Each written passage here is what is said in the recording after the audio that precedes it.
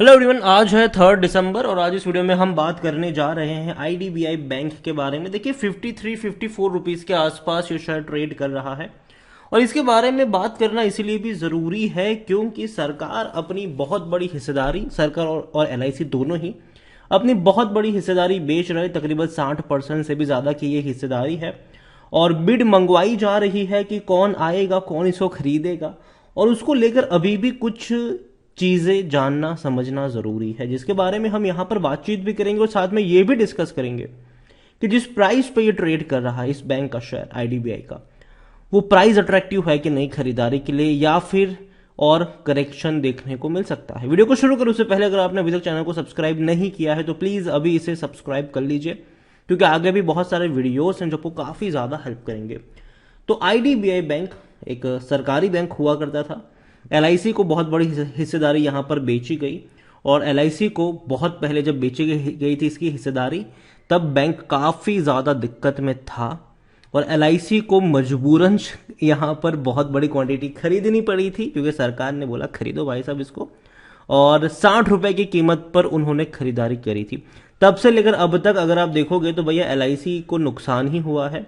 अभी तेजी आई है यहां पर क्योंकि बैंक प्राइवेटाइज होने की खबरें चल रही है, कोई बड़ा प्लेयर आएगा, बड़ी हिस्सेदारी बेची जाएगी, जिसकी वजह से अगर आप देखोगे तो तेजी है। 45 रुपीज से ये तेजी दिखाई है। 18 से 19% का ग्रोथ जो आया है वो सिर्फ एक महीने में आया है। एक साल में अगर आप देखोगे तो 18% का ग्रोथ है, लेकिन टूट कर बिखरा था, ये 30 रुपए के करीब था। बहुत बड़ी तेजी आई, लेकिन बीच बीच में अगर आप देखोगे ना तो एक बड़े करेक्शंस भी हमें देखने को मिले हैं, बड़ी गिरावट्स भी बीच बीच में आई जरूर थी। दोबारा बाउंस पे क्या, दोबारा टूटा, दोबारा बाउंस पे खोया है। लेकिन यहां पर एक चीज याद रखिए कि इसका पूरा का पूरा दारोमदार जो टिका है इस शेयर में ग्रोथ को लेकर, इस शेयर में तेजी या गिरावट को लेकर अगर हम बात करें तो वो सिर्फ और सिर्फ इस चीज के ऊपर है कि कौन यहां पर खरीदारी करेगा। अगर किसी बड़े प्लेयर का नाम आ गया, किसी बड़े प्लेयर ने यहां पर बिड दिखाई, किसी बड़े प्लेयर ने यहां पर बिड करी अगर यहां पर, तो डेफिनेटली शेयर में आप एक बड़ी आग देखोगे। लेकिन अगर किसी ने इंटरेस्ट नहीं दिखाया तब याद रखिए ये जो 53-54 पे पहुंचा है वो दोबारा टूटकर 40 पर भी जा सकता है। तो दोनों चीजों को आपको समझिए, लेकिन साथ साथ एक और चीज यहां पर यह भी है कि देखो आईडीबीआई बैंक में सरकार और एलआईसी दोनों मिलकर 60.72% की कुल मिलाकर हिस्सेदारी यहां पर बेच रहे हैं। लेकिन फिर भी अभी भी कुछ चीजें हैं यहां पर। अगर आप यहां पर देखो तो central government has made it clear that even though it would continue to own directly and indirectly, देखो इतना बेचने के बाद भी तकरीबन 33% से ज्यादा की हिस्सेदारी आईडीबीआई बैंक में जो होगी वो सरकार और एलआईसी को के पास होगी यहां पर। तो यहां पर IDBI bank after strategic disinvestment the requirement application to be public PSU like reservation will not be applicable to the bank after sale. यहां पर जाहिर सी बात हम सब जानते हैं कि सरकारी बैंकों में रिजर्वेशन होता है यहां पर, और अगर आईडीबीआई बैंक में सरकार भले ही यहां पर इस बड़ी हिस्सेदारी को बेचेंगे, उसके बाद 33% की हिस्सेदारी भले ही इनके पास रहेगी, लेकिन उसके बावजूद भी वो independently as a private bank की तरह काम करेगा, ना कि किसी सरकारी बैंक की तरह। क्योंकि जाहिर सी बात है, हम एक चीज सब जानते हैं कि भैया रिजर्वेशन होता है और बैंकों में अगर आप खा सके जाओ तो रिजर्वेशन होता है यहाँ पर, और सरकारी एग्जाम्स होती है जिसके जरिए पोस्टिंग वगैरह भी होती है। तो यहाँ पर आप देखिए however the post privatisation government will still hold, सरकार के पास उसके बाद ये जो हिस्सेदारी बेचने के बाद 15% की हिस्सेदारी रहेगी और एलआईसी के पास 19% की। तो यहां पर अगर आप देखो तो डायरेक्टली और इनडायरेक्टली अगर इनके पास कुल मिलाकर 33% की हिस्सेदारी है यहां पर। तो एक चीज यहां पर ये लोगों में एक चिंता थी, the worried the perspective investors if government would use its stake to implement its policies. ये था कि देखो भैया सरकार के पास इतना बड़ा हिस्सा बेचेंगे, फिर भी 33% की हिस्सेदारी तो है, तो क्या हो अगर सरकार अपनी इस स्टेक का इस्तेमाल करे कि अपनी पॉलिसीज को इम्प्लीमेंट करवाए बैंक में, जैसे कि रिजर्वेशन हो गया और भी कई सारी पॉलिसीज है। तो उसको लेकर क्लियर किया गया है कि देखो अगर डिसइन्वेस्टमेंट किया जाएगा तो जो खरीदेगा वो उसको चलाएगा इंडिपेंडेंटली। सरकार की किसी भी पॉलिसीज का यहाँ पर कोई भी वो नहीं रहेगा, वो एज अ प्राइवेट बैंक की तरह ही काम करेगा। यहां पर आप देखिए, लेकिन अभी भी the bidders were also anxious to know if after privatisation the new owners will be subjected to any restriction or limitation in terms of running business operation of IDBI. For the instance, public sector banks are often forced to get into activities that don't bring any profit. हम सब जानते हैं कि कई सरकारी bank है, उनको ऐसी चीजें करनी पड़ती है जिसके जरिए उनको मुनाफा नहीं होता है, लेकिन फिर भी सरकार की तरफ से चीजों को बताया जाता है। लेकिन अब यहाँ पर आईडीबीआई बैंक अगर बेचा जाएगा तो एक काफी लोग यहाँ पर एंशियस भी है कि क्या पता हमें उन चीजों का पालन करना पड़े, क्योंकि सरकार इनडायरेक्टली यहाँ पर 33% की हिस्सेदारी ओन कर रही है। तो ये एक कंसर्न जरूर है यहाँ पर, और ये देखना होगा कि इस कंसर्न के बावजूद अगर कोई बड़ा प्लेयर यहां पर हाथ डालता भी है कि नहीं। आईडीबीआई बैंक के बारे में अगर हम देखेंगे तो लार्ज कैप शेयर है, 58,000 करोड़ से भी ज्यादा का इसका मार्केट कैप है। वॉल्यूम देखें तो 1.5 करोड़ से भी ज्यादा का वॉल्यूम है, बड़ी क्वांटिटी में शेयर ट्रेड हो रहे हैं। हालांकि पिछले कुछ क्वार्टर्स में बहुत ही अच्छा परफॉर्म किया है इस बैंक ने। 828 करोड़ का मुनाफा सितंबर क्वार्टर में था, जो पहले 750 करोड़ का था मुनाफा। और इनका रेवेन्यू भी देखोगे तो तकरीबन 5,000 करोड़ के आसपास का रेवेन्यू है। लगातार इनके रेवेन्यू बढ़ जरूर रहे हैं।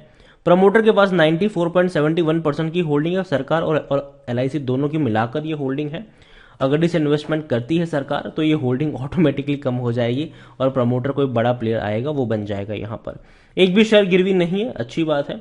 आईडीबीआई बैंक अगर आप नजर करोगे तो आईडीबीआई बैंक में बेचने की सलाह कोई नहीं दे रहा, क्योंकि देखो यहां से कुछ भी हो सकता है, ठीक है, कुछ भी हो सकता है, कोई बड़ा प्लेयर आ सकता है। और बड़े प्लेयर में अगेन कई बार नाम चर्चा हुई थी अदानी की, तो पहली चीज बता दूं कि क्लियरली मेंशन है वहां पर कि कोई ग्रुप यहां पर नहीं खरीदारी कर सकता, प्राइवेट ग्रुप यहां पर खरीदारी नहीं कर सकता। जनरली जो प्रेफरेंस दिया जाएगा वो दिया जाएगा फाइनेंशियल इंस्टीट्यूशंस को दिया जाएगा और बैंक्स को दिया जाएगा यहां पर। तो ये देखना इंटरेस्टिंग होगा कि कौन सा बड़ा बैंक यहां पर बिड करता है आईडीबीआई को लेकर और कौन अपना यहां पर पैसा लगाएगा। हालांकि देखा जाए तो इनके रेवेन्यू लगातार कम होते जा रहे हैं, लेकिन उम्मीद है कि फाइनेंशियल ईयर 2023 में रेवेन्यू इनका थोड़ा सा बढ़ेगा जरूर, क्योंकि क्वार्टरली जो है वो बैंक तकरीबन 5,000 करोड़ के आसपास का रेवेन्यू कर रही है। प्रॉफिट डेफिनेटली इंक्रीज हुआ है, 1500 करोड़ था, बाद में 2,500 करोड़ रहा, और अभी अगर आप देखो तो पहले क्वार्टर में 750 करोड़, दूसरे क्वार्टर में 830 करोड़। कुल मिलाकर कंपनी ने कम से कम यहां पर 1,550 करोड़ के आसपास का प्रॉफिट दिखाया है 2 ही क्वार्टर में। अभी 2 क्वार्टर और बचे हैं। एक्सपेक्टेशन जरूर है कि 3,000 से 3,300 करोड़ के आसपास का प्रॉफिट दिखा सकते हैं, जो कि इंक्रीजिंग मोड ही रहेगा। आईडीबीआई बैंक खरीदारी करने का सही मौका है, क्योंकि शेयर ओवरबोर्ड जोन में नहीं है, लेकिन फिर भी 22 का पी है, जो कि अब महंगा हो चुका है, क्योंकि सेक्टर पी भी 22 का ही है। और जनरली जो भी पब्लिक सेक्टर बैंक है, पीएसयूस है जहां पर, उनके पी रेशियोज जनरली बहुत कम नजर आते हैं। और यही वजह है कि कोई भी एनालिस्ट यहां पर खरीदारी करने की सलाह नहीं दे रहा है। रीजन है कि ऑलरेडी काफी दौड़ चुका है, और दूसरी बात कई सारी अनसर्टेनिटी है, बिड आएगी कि नहीं, कौन इंटरेस्ट दिखाएगा, कई सारी अनसर्टेनिटी यहां पर बनी हुई है। और यही वजह है कि अगर आप यहां पर खरीदारी करते हो अगर इस पॉइंट पर, तो आप कोई एनालिसिस के थ्रू नहीं कर रहे हो, आप सिंपल यहां पर दाव खेल रहे हो, जुआ खेल रहे हो कि अगर ऐसा होगा तो ये होगा, ये हो जाएगा, नहीं होगा तो भैया गया है ये। तो ये चीजें होगी यहां पर। आईडीबीआई को लेकर कहूंगा कि खरीदारी करिए, जो बने रही यहां पर।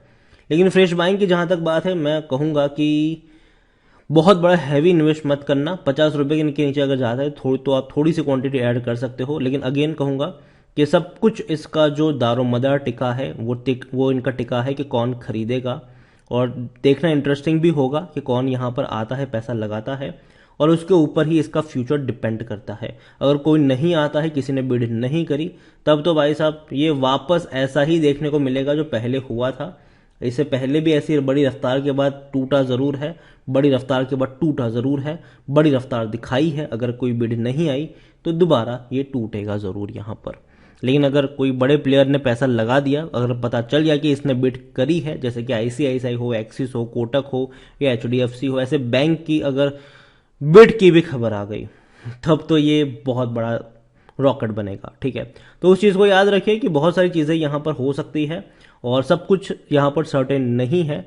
और ये एक अगर आप खरीदारी करते हो तो आप किसी फंडामेंटल के थ्रू नहीं कर रहे हो, आप एक अपनी गट्स फीलिंग के ऊपर कर रहे हो कि कोई यहाँ पर दाव लगाएगा कि नहीं लगाएगा। तो इसीलिए अगर आप निवेश भी करते हो तो बहुत बड़ा निवेश भी करके नहीं बैठना चाहिए। वीडियो को यहीं पे एंड करूंगा, पसंद आया हो तो लाइक कर शेयर करें, चैनल पर अगर पहली बार आए तो प्लीज़ सब्सक्राइब करें। और आईडीबीआई बैंक के बारे में आप क्या सोचते हैं वो भी आप मुझे कमेंट में लिखकर बता सकते हैं। Thank you.